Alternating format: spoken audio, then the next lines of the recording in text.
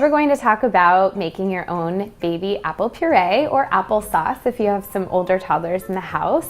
What you'll want to start off with is a sweeter variety of apple. I'm a huge fan of Gala, Honeycrisp, or even Red Delicious comes out very beautifully. Depending on, the quantity you're making, if you're doing just a few small servings, I tend to prefer to leave the peel on, because about 90% of an apple's nutritional content will be in the peel. So if you peel it, you're removing so many beneficial nutrients for your child. So one of the big things that you want to focus on when you're slicing in order to steam the apples is to try to uniformly slice them so they cook evenly. So, every chunk will be slightly different, but if they're more or less the same size, then they will cook evenly once they're in the steamer. So apples are really fantastic. They're one of the most high sources of fiber that you can find for children. So if you do have a child that's having constipation issues, this is a really great food to offer them to keep the system moving along, so to speak. So we have 3 apples sliced up here that we're going to put into the steam basket.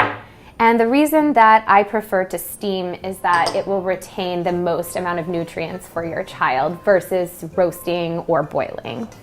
So we'll add these apples to our steamer. And then we're going to give it about 4 to 5 minutes until it's fork tender. All right, so now that our apples have been steaming about 4 to 5 minutes, depending on how small or large you slice them, you just want to make sure they're nice and fork tender before you pull them out. So I use a slotted spoon and a regular just table fork to test the softness. Good to go. So now that they're fork tender, we'll add them to the high-speed food processor or blender. Come on over here. And depending on the apple, varietals like a Red Delicious are probably going to come out a little bit waterier, so you want to strain off any excess water. These are Gala, so they tend to have a little less water in them, so we'll not have an issue with excess water. When you are preparing purees, I tend to start on the thicker side, so you want to take out a lot of the extra water because it's always much easier to thin them down than it is to thicken them back up.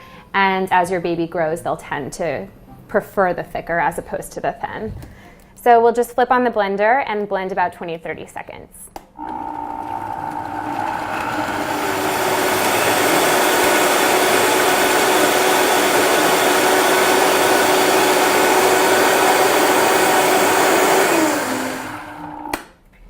Right, so now that 20-30 seconds has gone by, we're down to a nice smooth consistency, and just portion it out into your serving dish.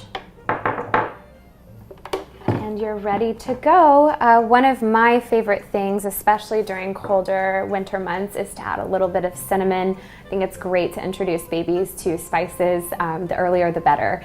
And apples are a really fantastic puree that you can add cinnamon to.